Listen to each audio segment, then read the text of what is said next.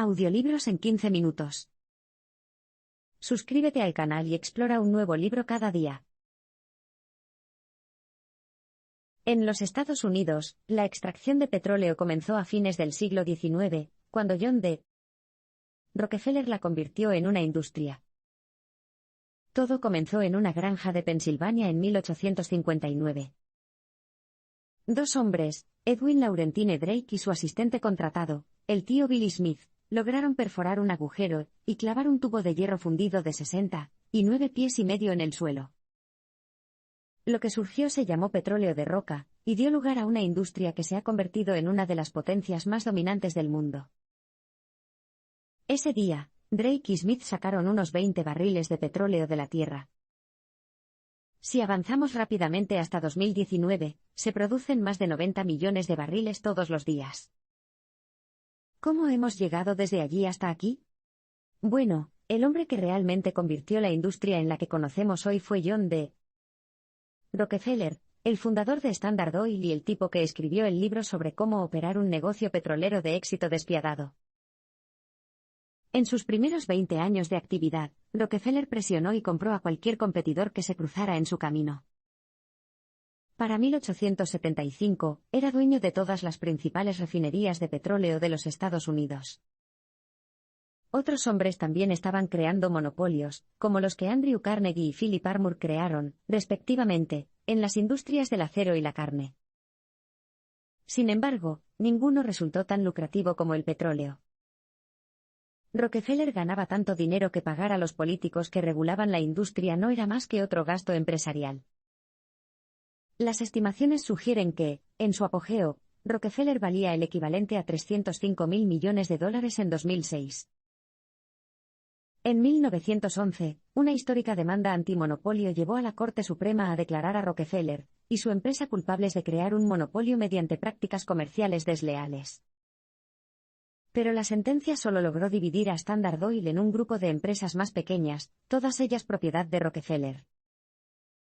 Como resultado, pudo seguir acumulando su fortuna y terminó siendo más rico que nunca.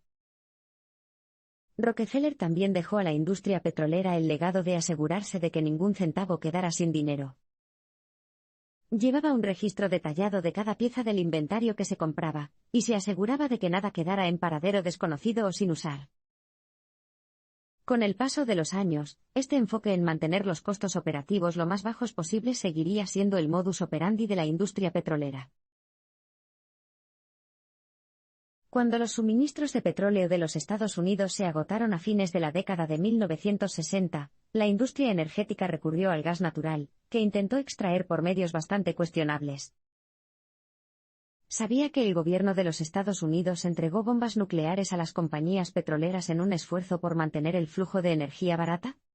Ocurrió a finales de la década de 1960 y principios de la de 1970, cuando los suministros nacionales de petróleo estaban disminuyendo y los costos estaban aumentando. Preocupadas por mantener un suministro constante de energía de bajo costo, las compañías petroleras comenzaron a buscar gas natural. El proceso de extracción y captura del gas atrapado bajo capas profundas de roca sólida requiere la creación de fisuras, fracturas en la roca que permiten que el gas se filtre. Esto le dio al proceso el nombre con el que se lo conocería, fracking. Según la Oficina de Minas de los Estados Unidos, las montañas rocosas contenían aproximadamente 317 billones de pies cúbicos de gas natural, suficiente para alimentar al país durante décadas. La Austral Oil Company ya estaba trabajando arduamente para extraer el gas que se encuentra debajo de las tierras que poseían en Rulison Field, Colorado, pero sus esfuerzos hasta ahora no han tenido éxito. Fue entonces cuando la Comisión de Energía Atómica de los Estados Unidos, OAEC, intervino. Desde la Segunda Guerra Mundial, el país había estado acumulando una colección considerable de armas nucleares, y un programa conocido como Proyecto Plowshare estaba explorando formas pacíficas de usar estas bombas atómicas. ¿Por qué no te asocias con Austral Oil y usas una bomba nuclear para liberar todo ese precioso gas? Seguro que podría ser más eficiente que los engorrosos taladros y torres de perforación, ¿verdad? El 10 de septiembre de 1969, el proyecto Rulison comenzó con una bomba nuclear de 40 kilotones que detonó a 8. 426 pies bajo tierra, dejando una caverna de 300 pies de alto y 152 pies de ancho. La buena noticia fue que la explosión estimuló el equivalente a aproximadamente 10 años de producción en un pozo estimulado convencionalmente en el campo de Rulison, según el informe del gerente del proyecto.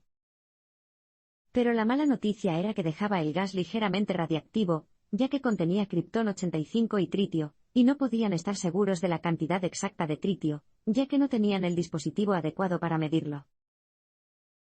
Durante los siguientes 3 años, se realizaron 2 pruebas más con bombas aún más potentes. Pero la fracturación hidráulica nuclear nunca demostró ser viable desde el punto de vista comercial.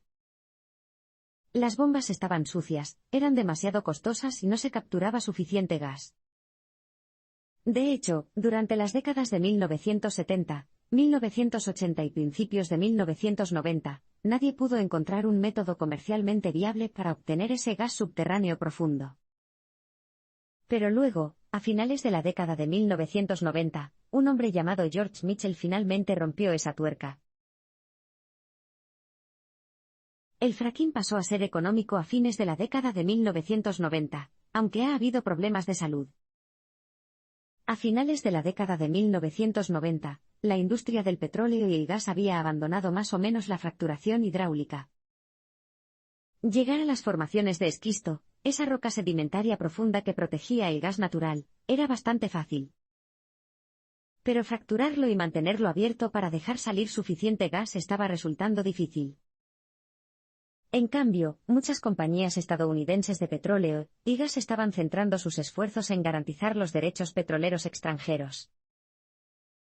Pero luego George Mitchell, fundador de Mitchell Energy Development Corp., que eventualmente pasó a formar parte de Devon Energy, desarrolló una especie de fluido de fracking, que se conocería como agua sucia. Se inyectaba en las fracturas para mantenerlas abiertas, en un proceso que se conocería generalmente como fracturación hidráulica. Revolucionaría la industria. El contenido exacto del fluido de fracking se convertiría en un secreto comercial altamente protegido. La posible divulgación de sus ingredientes, y si esos ingredientes estaban esparciendo fluidos tóxicos por las tierras de cultivo y los suministros de agua potable, terminó siendo un tema muy debatido en los tribunales federales. El problema es que la fracturación hidráulica implica la liberación a alta presión de hasta 1,2 millones de galones de agua estancada a la vez. Incluso si ese líquido fuera potable, y nadie afirma que lo sea, gran parte de él acabaría reemergiendo del suelo después de mezclarse con elementos subterráneos que a menudo son radiactivos o venenosos. Los fracturadores intentan contener o eliminar estas aguas residuales de manera segura, pero no es raro que se derramen en el área que rodea un sitio de fracturación hidráulica. Los residentes de las cercanías han visto morir a sus mascotas y ganado, y las propias personas han sufrido síntomas de intoxicación por arsénico debido a que las aguas residuales tóxicas llegaron a los pastos, a los manantiales de agua dulce y a los pozos de agua potable. Las pruebas han demostrado que las áreas alrededor de los sitios de fracturación hidráulica contienen sustancias químicas como el etanol, el butanol y el propanol, todos conocidos por ser aditivos para aguas estancadas. Por supuesto, nadie quiere que ocurran estas muertes y enfermedades. Nadie quiere que las sustancias químicas de los fluidos de fracturación hidráulica entren en el torrente sanguíneo de una mascota doméstica o de un ser humano. Así que la pregunta es, ¿qué medidas se están tomando para garantizar que esto no suceda? Como veremos en un abrir y cerrar de ojos, si bien la industria del petróleo y el gas es excelente para sacar cosas de la tierra, venderlas en todo el mundo y ganar cantidades obscenas de dinero, no es muy buena para limpiar sus residuos. La industria petrolera es conocida por no prevenir accidentes y por no limpiar los problemas ambientales que ha creado. Incluso si no eres un adicto a las noticias, probablemente hayas oído hablar del accidente de Deepwater Horizon. En abril de 2010, una serie de graves percances en una plataforma petrolífera en alta mar en el Golfo de México provocaron la desaparición y la presunción de la muerte de 11 trabajadores, y el vertido de casi 5 millones de barriles de petróleo al mar. El desastre llamó la atención del mundo, pero está lejos de ser un hecho aislado. Menos de 2 semanas después de la catástrofe de Deepwater Horizon, un oleoducto de ExxonMobil frente a la costa de Nigeria liberó 25.000 barriles de petróleo en el delta del Níger. Pero eso tampoco es precisamente inusual, ya que un informe de 2006 mostró que se han filtrado 546 millones de galones de petróleo en ese mismo delta en los últimos 50 años. Eso es un promedio de 11 millones de galones de petróleo cada año. ExxonMobil no es ajena a los derrames, ya que llamó la atención del mundo en 1989, cuando su petrolero, el Valdez, llegó a tierra frente a la costa de Alaska, y arrojó casi 11 millones de galones de petróleo. Por lo tanto, cabría esperar que la empresa estuviera bien preparada cuando el gobierno de los Estados Unidos le pidió que ayudara a BP con el derrame de Deepwater Horizon. De hecho, para entonces, la empresa había desarrollado un plan de 580 páginas sobre cómo responder a los derrames. Pero resultó que ninguna de esas páginas contenía un método eficaz para contener el desorden. Esfuerzos como la construcción de una cúpula de contención no funcionaron, y tampoco lo hizo poner cientos de miles de galones de dispersantes químicos en el océano. La industria petrolera tampoco quiso revelar los ingredientes de los dispersantes que utilizaban BP y ExxonMobil y, además de no ayudar, las sustancias hacían que los trabajadores de limpieza sintieran náuseas tras una exposición prolongada. El congresista Ed Markey expresó su frustración por la incapacidad de la industria para promulgar un plan útil de respuesta a emergencias, quien disfrazó a los directores de la industria en una reunión de un subcomité del Congreso en junio de 2010. Markey hizo que el CEO de ExxonMobil, Rex Tillerson, admitiera que no estamos bien equipados para manejar grandes derrames. Es por eso que siempre se hace hincapié en evitar que ocurran estas cosas. Sin embargo, como demostraría la investigación sobre Deepwater Horizon, el accidente se pudo prevenir. Fue el resultado del uso de cemento en mal estado para sellar el pozo, de la falta de vigilancia y control de la presión y de los sistemas de respaldo defectuosos. De arriba a abajo, las personas involucradas fueron declaradas culpables de recortar gastos en un esfuerzo por ahorrar tiempo y dinero. Oklahoma ofrece un ejemplo de la naturaleza explotadora y ávida de dinero de la industria del petróleo y el gas. Hay muchos ejemplos de cuánto valora la industria petrolera el dinero por encima de la seguridad y el bienestar de las personas, pero uno de los ejemplos más vívidos se encuentra en Oklahoma. Oklahoma es solo uno de los estados que ha experimentado un auge en las operaciones de fracking. Durante la primera década de la década de 2000, se compraron tierras en todo el país a diestra y siniestra con la manía de desbloquear más gas natural. De hecho, la industria promovía el gas natural como la gran salvación, seguía siendo barato, mucho más limpio y representaba una amenaza menor para el medio ambiente que el petróleo. Algunos habitantes de Oklahoma, como Obrint Clendon de Chesapeake Energy y el magnate petrolero Harold Hamm, ganaban miles de millones y, sin embargo, el propio estado estaba entrando en una crisis económica y de salud pública. Clendon estaba a la vanguardia del auge del fracking, y había acumulado 30 millones de acciones de Chesapeake, que costaban $70 por acción en el verano de 2008. Mientras tanto, entre los años 2008 y 2013, los ingresos estatales procedentes de los impuestos relacionados con la producción de petróleo y gas disminuyeron de 140 millones de dólares a 529 millones de dólares. Durante ese tiempo, los maestros de Oklahoma se convertirían en los terceros peor pagados del país, y muchos distritos escolares públicos adoptaron semanas de 4 días simplemente porque el Estado no podía pagar 5. La infraestructura del Estado comenzó a deteriorarse gravemente, ya que las nuevas escuelas estaban tan mal construidas que no podían proteger a los niños de los tornados que aterrorizaban rutinariamente al Estado. 7 niños incluso murieron en un tornado de 2013. Sin embargo, incluso ante las protestas de las familias y los maestros, los grupos de presión de la industria del petróleo y el gas seguirán luchando para mantener las tasas impositivas estatales a la producción en un 1 o 2%. A pesar de que las perforaciones se realizaban regularmente en estados con tasas impositivas del 10 o 12%, los líderes de la industria advertían que incluso un solo aumento porcentual alejaría a las empresas de Oklahoma. Además, la ciencia estaba revelando que la fracturación hidráulica provocó terremotos, algunos tan fuertes que superaron los 5,0 en la escala de Richter. Sin embargo, a pesar de los continuos daños a las viviendas en Oklahoma, y de la creciente preocupación entre los residentes de esa zona, la industria negó e incluso reprimió las noticias de que los terremotos no eran algo natural. El poderoso magnate petrolero de Oklahoma, Harold Hamm, llegó a decirle a un decano de la Universidad de Oklahoma que le gustaría que se despidiera a los científicos que investigan los terremotos. La corporación ExxonMobil tiene un historial preocupante de mirar para otro lado cuando trata con gobiernos corruptos. Además de utilizar su poder de cabildeo para mantener su tasa impositiva lo más baja posible, incluso si el dinero de los impuestos se necesita desesperadamente, la industria petrolera tiende a hacer negocios con algunos actores políticos bastante turbios de todo el mundo. Tomemos como ejemplo el gobierno corrupto de Guinea Ecuatorial. El país tiene uno de los ingresos per cápita más altos del mundo, y gana un promedio de $200 por persona. Gran parte de ese dinero proviene de acuerdos con ExxonMobil. Sin embargo, el 77% de la población del país vive en la pobreza y, entre 1990 y 2007, cuando los ingresos petroleros pasaron de $2,1 millones a $3,9 mil millones, la tasa de mortalidad infantil logró aumentar del 10 al 12%, y el agua potable siguió escaseando para el 57% de la población.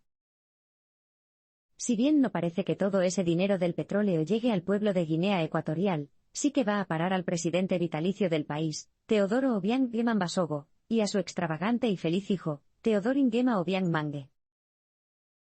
Cuando Teodorin ganaba unos $60,000 al año como ministro de Agricultura y Silvicultura del país, transfirió $75 millones a través de bancos estadounidenses, y compró una propiedad de lujo en Malibú, y un jet privado de $38,5 millones. Otros gastos excesivos incluyeron gastar más de $700 en 2 copas de vino, alquilar villas a $7,000 por noche y gastar un total de $398,062 en recuerdos de Michael Jackson.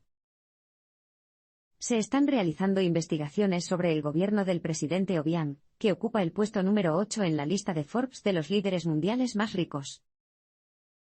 Y algunos podrían preguntarse si la relación comercial de ExxonMobil no está respaldando la terrible situación del país. Sin embargo, la empresa ha dejado constancia de que no le interesa saber cómo se utiliza el dinero una vez que se pone en manos de alguien como el presidente Obiang. Como dijo un portavoz de ExxonMobil en 2005, no es nuestra función decirle a los gobiernos cómo gastar su dinero. Lo que también está registrado es que Guinea Ecuatorial representa el 10% del suministro mundial de petróleo de Exxon, y el país tiene las políticas fiscales y de participación en las ganancias más favorables a la industria de la región, según el Fondo Monetario Internacional. Por lo tanto, no es difícil entender por qué Exxon tiene prisa por hacer mella en su relación de beneficio mutuo con el presidente Obiang. El gobierno ruso ha sido implacable en el control de sus recursos petroleros. Quizás incluso más preocupante que las transacciones de ExxonMobil en Guinea Ecuatorial haya sido su relación con otro líder mundial que mantiene el control total del suministro de petróleo de su país, el ruso Vladimir Putin. La historia de cómo el suministro de petróleo de Rusia cayó bajo el control del Kremlin es larga. Baste decir que, desde la caída de la URSS, varios empresarios han intentado lanzar sus propios negocios petroleros. Sin embargo, las que han tenido éxito se han visto obligadas a vender a empresas propiedad del Kremlin, y operadas por él. Hoy en día, la mayor de esas compañías es Gazprom, que controla la industria del gas natural de Rusia, así como algunos negocios de medios y televisión, y Rosneft, que básicamente administra los enormes suministros de petróleo del país. El problema es que no se trata de organizaciones bien administradas, son totalmente corruptas y utilizadas por Putin como herramientas contundentes de fuerza política. Ambas empresas pierden dinero. Los estudios sugieren que Gazprom pierde alrededor de $40.000 millones al año debido a la corrupción y el despilfarro, y el Departamento de Estado de los Estados Unidos ha calificado a la empresa de ineficiente, políticamente impulsada y corrupta. O como dice James Grant, el fundador del Observador de Tasas de Interés de Grant, Gazprom es la empresa peor gestionada del planeta. Sin embargo, Rusia es una fuente primaria de petróleo y gas natural en Europa y sus alrededores, y Putin ha sido implacable al aprovecharlo. Gazprom, en particular, ha sido una herramienta poderosa en las agresivas relaciones de Rusia con Ucrania, especialmente una vez que esta última nación comenzó a considerar la posibilidad de entrar en la Unión Europea. En 2006, Rusia interrumpió el suministro de gas a Ucrania, lo que obligó a Ucrania a desviar una parte del gas que circulaba por su país desde Rusia a otros lugares como Hungría, Austria y Eslovaquia para su propio uso. Luego, Rusia señaló con el dedo a Ucrania, y dijo que esta respuesta era una señal de que Ucrania se convertiría en un socio poco confiable en la Unión Europea. No solo se trataba de un juego de poder contra Ucrania, sino también de una estratagema para conseguir apoyo para el nuevo oleoducto Nord Stream que se había construido entre la Unión Europea y Rusia, sin pasar por Ucrania por completo. Dado que Rusia ha puesto todos sus huevos en la cesta de la industria del petróleo y el gas, esta es realmente la única fuerza que puede utilizar. Sin una competencia local y con una fuga constante de dinero debido a la corrupción, la industria del petróleo y el gas de Rusia no ha invertido adecuadamente en investigación y desarrollo de nuevas tecnologías o energías alternativas. Esto también significa que Putin necesita ayuda externa para cualquier proyecto importante, como intentar perforar en el Ártico. Afortunadamente para Putin, el director ejecutivo de ExxonMobil, Rex Tillerson, está encantado de hacer negocios y, al mismo tiempo, hacer algunas preguntas. La dependencia de Rusia de los recursos petroleros para su condición de potencia mundial ha tenido consecuencias de gran alcance. En 2013 y 2014, Rex Tillerson intentó cerrar un acuerdo petrolero con los kurdos iraquíes por un valor de miles de millones de dólares. El acuerdo garantizaría que las ganancias se enviaran directamente a los bancos gestionados por los kurdos y no al gobierno central iraquí. El gobierno de Obama pidió directamente a ExxonMobil que se retirara del acuerdo, ya que ello socavaría los esfuerzos que se están realizando para construir una coalición pacífica entre las poblaciones sunita, chií y kurda del país. Como señaló un artículo del New Yorker de 2017, crear una fuente de ingresos independiente para los kurdos solo empeoraría las fracturas en Irak. Pero Tillerson siguió adelante con el trato. Después de todo, no había nada explícitamente ilegal en ello, así que, ¿por qué debería ser diferente de cualquier otro acuerdo? Un escenario similar se presentó en la asociación entre Tillerson y Putin, una relación que resultó en que Tillerson recibiera la Orden de la Amistad de la Federación de Rusia en 2013. Ambos querían empezar a perforar en el Ártico lo antes posible. En este caso, Putin tenía los derechos de perforación y los mejores barcos rompehielos del mundo, mientras que ExxonMobil tenía la tecnología de perforación y los conocimientos técnicos necesarios para realizar el trabajo. Para complicar las cosas estaba el hecho de que Putin hubiera estado acumulando sanciones en 2014 como consecuencia de la anexión ilegal de Crimea, en Ucrania, por parte de Rusia, así como el hecho de que el conflicto en curso provocó el derribo de un avión de Malaysia Airlines sobre Ucrania, y causó la muerte de más de 200 personas. Así, el 12 de septiembre de 2014, el gobierno de los Estados Unidos informó a ExxonMobil de que, debido a las sanciones contra Rusia, la empresa ahora tenía la obligación legal de detener sus operaciones conjuntas con la petrolera rusa Rosneft, controlada por el Estado. Al final, a ExxonMobil se le concedieron 2 semanas para hacer las maletas y cerrar las cosas de forma segura. Pero, por supuesto, ExxonMobil y Rosneft continuaron perforando y, el 27 de septiembre de 2014, Rosneft anunció que habían encontrado petróleo a 7,000 pies por debajo del mar de Kara, simplemente por debajo del período de 2 semanas. Si bien las relaciones de Rusia con Ucrania pueden haber llevado a sanciones, también han dado lugar a nuevas tácticas subversivas en línea. En 2013, la Agencia de Investigación de Internet, con sede en San Petersburgo, Rusia, comenzó a desarrollar formas de utilizar Internet y las redes sociales para difundir las semillas de la disrupción en todo el mundo.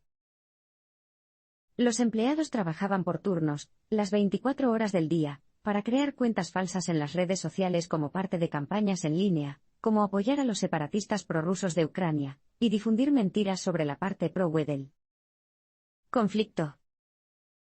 Y, quizás lo más famoso, apoyar la candidatura de Donald Trump a la presidencia de Estados Unidos en 2016. Como era de esperar, los agentes rusos de la Agencia de Investigación de Internet también apoyaron firmemente el nombramiento de Rex Tillerson como secretario de Estado de los Estados Unidos. Los esfuerzos bipartidistas de los Estados Unidos para mantener las sanciones a Rusia son una señal de esperanza, pero es necesario tomar más medidas. Se ha argumentado que el apoyo ruso a la campaña de Donald Trump se debió a la gran aversión de Putin por Hillary Clinton. Sin embargo, se puede presentar un argumento más persuasivo para sugerir que todo tenía que ver con el petróleo. Rusia necesita ayuda internacional para mantener y expandir su industria petrolera, y las sanciones a Ucrania han hecho que obtener esa ayuda sea extremadamente difícil. Por eso los representantes rusos se reunieron con la campaña de Trump en esa infame reunión de junio de 2016 en la Torre Trump. La pregunta era, ¿apoyaría Trump el levantamiento de las sanciones si fuera elegido? Al fin y al cabo, el acuerdo pendiente para construir una Torre Trump en Moscú también quedó atrapado en el limbo debido a esas molestas sanciones. Resultó que uno de los primeros actos del presidente Trump en el cargo fue un intento de que se levantaran las sanciones. Afortunadamente, el gobierno de los Estados Unidos actuó según lo previsto y bloqueó esos esfuerzos. Cuando el Senado descubrió las intenciones de la administración Trump, el senador republicano John McCain y el senador demócrata Ben Cardin orquestaron una respuesta rápida e impulsaron una legislación que codificó las sanciones, y dificultó mucho más que Trump las eliminara. Por supuesto, tanto Trump como el secretario de Estado Tillerson se quejaron y rechazaron la legislación, pero la aprobación arrolladora, la votación fue de 98-2 en el Senado, y 419-3 en la Cámara de Representantes, significó que Trump no tuvo más opción que firmarla. Este ejemplo de democracia en acción puede considerarse un rayo de esperanza, ya que demuestra que es posible frenar una industria que, si se deja a su suerte, seguirá causando corrupción y desequilibrio geopolítico, y envenenando el planeta. Sin embargo, es necesario aprobar más reglamentos.